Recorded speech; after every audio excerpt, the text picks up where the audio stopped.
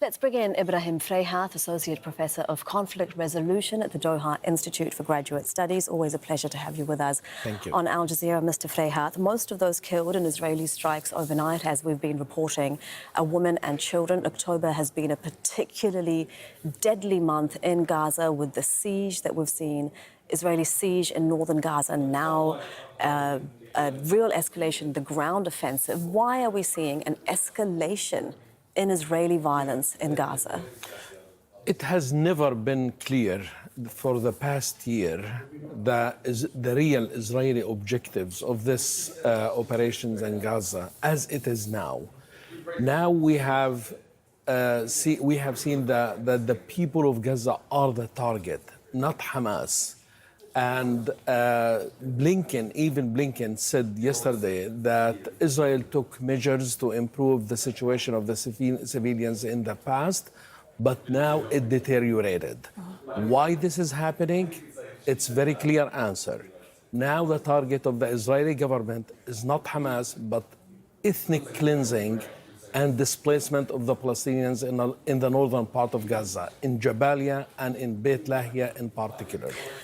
And we've heard from members of Israel's far-right cabinet, even as recently in the past 24 hours, talking once again about resettling Gaza, about sending Israeli settlers back into Gaza. But do you think that we can expect anyone to stop any such plans, or in fact, any progress towards a ceasefire in Gaza, which we've seen none of, during this U.S. election cycle? The Israeli government, Netanyahu, is using the far right as a name, for all the dirty work that they want to do.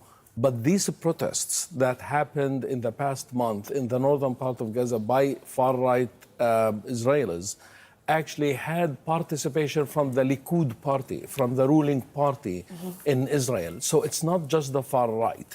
So, which is an additional indicator of the real intentions of the Israeli government for displacement and active ethnic cleansing in the northern part of Gaza. Now, unfortunately, the U.S. election, yes, it's always important, but we haven't seen any different reaction from the U.S. administration for the past year. I think that the Biden administration is using the U.S. elections as an excuse for being inactive and for not doing anything. Basically, that they don't want to have a confrontation with Israel before the elections. But we had 1 year before, during this genocide that's happening in Gaza.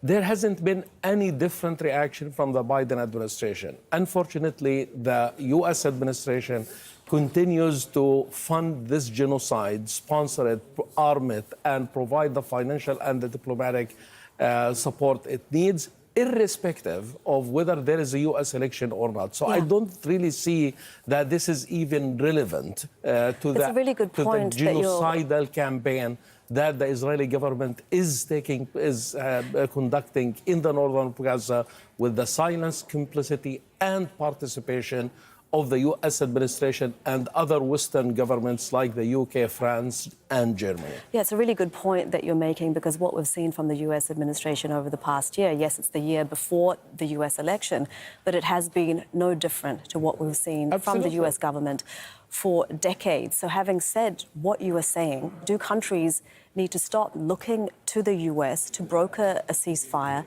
and start taking whatever action they can on their own, things like sanctions against Israel? Absolutely. We have seen some sort of a reaction, like from France, calling for arms embargo. We saw also Canada took similar place a few months ago, stopped arming Israel. There is a debate in the UK. Germany continues to be persistent on taking part and being a partner in this genocide with Israel. So there is no hope in Germany, unfortunately. But I think the more we see of these international positions on the government's position changing, the more hope we see that this could replace the U.S. position on this. As you know, of course, it's not easy to replace the U.S. position because of its control of and manipulation of the Security Council and generous financial support and arming of Israel. But at least if we see a solid, especially European position, and we saw this position like from Spain, Belgium, Norway, Slovenia. So there is a clear position is being taking place on this level, but it takes more than that in order to replace the U.S. position. Ibrahim Freyhat, thank you very much for your analysis. We appreciate it. Thank you.